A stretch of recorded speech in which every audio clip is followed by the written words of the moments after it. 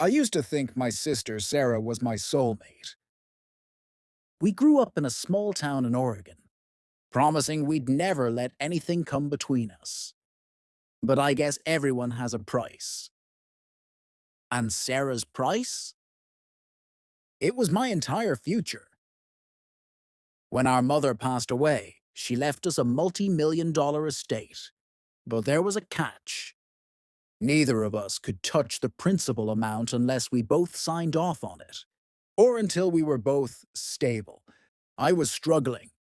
My flower shop was failing, and I was going through a brutal divorce from a man who had cheated on me for months. Sarah, on the other hand, lived in a mansion in Seattle. Or so I thought. One night, Sarah came to me sobbing.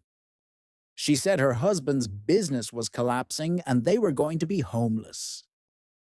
She begged me to sign over my half of the immediate inheritance to save her family.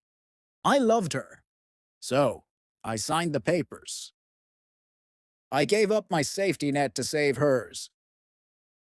But 3 weeks later, I found out the truth. Her husband's business was fine. Sarah had used that money to pay off the very woman my husband cheated with, just to make sure she stayed in town and kept my divorce messy. Why?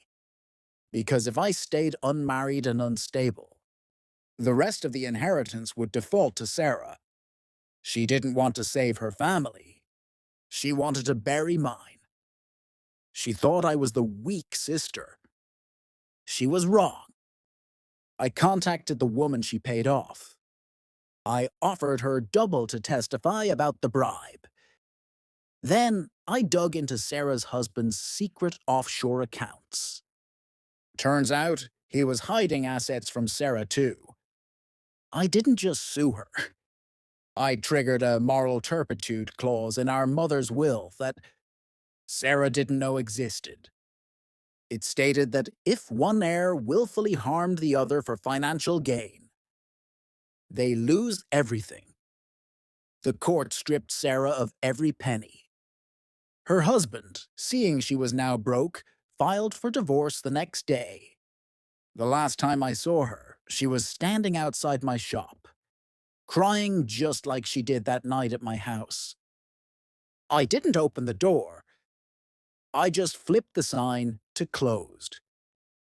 My name is Chloe, and I'm finally stable. Without her,